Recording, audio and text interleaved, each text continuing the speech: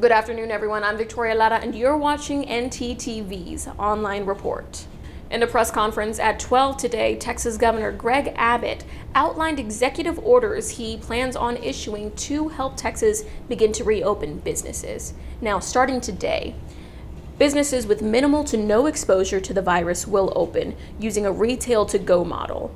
On April 27th, more businesses will open after taking in the input of scientists and doctors to make sure it's safe. And finally, in May, even more businesses will begin to open as the spread of the virus begins to decline. Now, though businesses will start to reopen, schools are closed for the remainder of the school year, which just means that students will continue to receive their education through online teaching. Beginning Saturday, which is tomorrow, guys, Dallas County Judge Clay Jenkins announced that all residents must wear cloth coverings when going to essential businesses. Now, in a tweet on Thursday, Jenkins said, "To better protect you and our frontline heroes, we are requiring all visitors to essential businesses, essential business employees, and riders of public transportation to wear a cloth covering starting Saturday." Now, however, he did say that this will not completely protect you from the virus, so maintaining social distancing and limiting your outings is still a necessity. And as the discussions for reopening the United States continues, health officials are focusing on potential treatments and tests for COVID-19. CNN's Elizabeth Cohen breaks down the latest. It seems to be President Trump's favorite drug. I think it could be something really incredible. It's hydroxychloroquine, and early study results suggest it might not work and it could cause heart problems.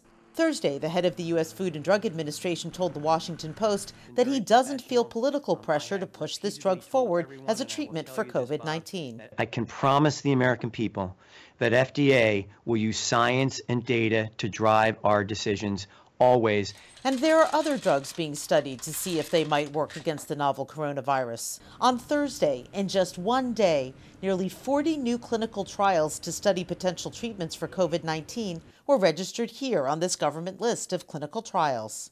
Biotech company Genentech announced Thursday that the FDA had given approval to move on with the next stage in trials for its drug called Actemra, which is already used to treat arthritis and other ailments. A similar drug called Kevzara from manufacturer Regeneron is also being studied to treat COVID-19. And in a video leaked to the health news website Stat, doctors from the University of Chicago discussed how their patients taking an experimental antiviral drug called remdesivir were recovering quickly. But it was literally just talk, not published research. So no one knows for sure, not yet anyways, whether remdesivir, which was designed but didn't work for Ebola, will work for COVID-19. And beyond drugs, the FDA has put out a call for people to donate blood plasma if they've already recovered from coronavirus. Their antibodies could help people who are currently suffering. Studies are underway in New York and at universities around the country. The ultimate weapon, a vaccine, is moving along at research centers around the world, including at the University of Oxford in England. They announced that they've teamed up with an Italian manufacturer to make a vaccine, all with an eye towards putting an end to the pandemic. So many resources are low everywhere due to COVID-19, but an East Texas food bank is working to fix that problem with the helping hand of some Texas National Guardsmen. KETK Frank Jefferson has the story. Many years now is to fight hunger in our community. Food Bank is busy trying to provide 26 counties with much needed food. That's a lot, and they needed help. Answering the call, the Texas National Guard, 34 guardsmen packaging, preparing food for families, emergency food boxes like these. The squad has already put together around 223,000 boxes in just 4 days. One local guardsman is honored to be back home serving his community. Sergeant Jeff Ortiz today travels the world, but East Texas is where he grew up. It's a big thing, especially for me being from here, because we get to give back, for a community that's given so much to me. It's a big deal. For a lot of these guys as well, a huge thank you, because they've come from hours away.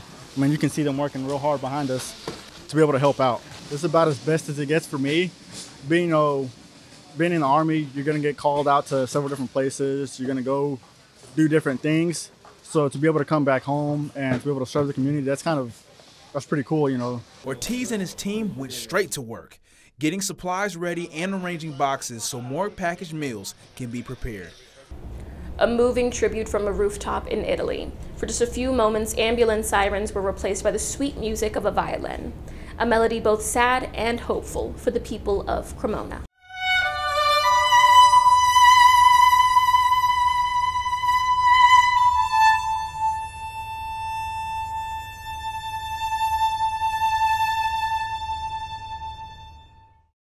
Cremona is one of the worst hit provinces of Lombardy, with more than 5,200 coronavirus cases. So far, in the midst of such fear and loss, violinist Lena Yokoyama took to the rooftop of the Cremona hospital Friday, with her violin and bow in hand and a song for anyone who needed to hear it, to inspire those in the hospital fighting for their lives, to honor the lives lost, and to thank the healthcare workers and volunteers putting their lives on the line. Now, this next story shows us that it doesn't matter how old you are, you can still put a smile on anyone's face during this difficult time.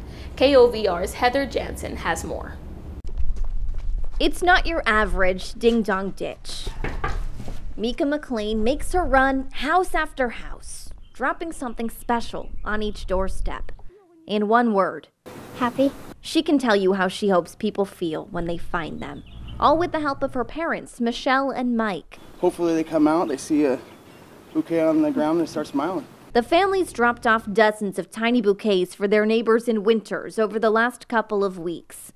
Michelle got the idea after remembering how simple gestures like these make all the difference as she battles breast cancer. When I was going through my treatment, people would bring me flowers and it made me happy. These random acts of kindness double as a way to support local, too. The McLeans buy their bouquets from Roxy's Flower Truck, a business not seeing much traffic as people stay home. Not only is she, delivering happiness to other people, but she's helping my little business and she's helping the flower farmers. It's those little things that can make a person's day in a trying time. Seeing his wife and daughter do good makes Mike's. They make me smile every time I see the pictures of her dropping it off and running away. This kindness movement, one they say can only grow from here. I think everybody needs a little support, a little love in their life. And the McLeans want to deliver it. The McCains have dropped off dozens of bouquets and they plan to continue their deliveries throughout this pandemic. You can follow us on our Twitter at ntTV_news for the latest numbers and updates on the coronavirus. Thanks for watching and join us again next week on ntTV's Online Report.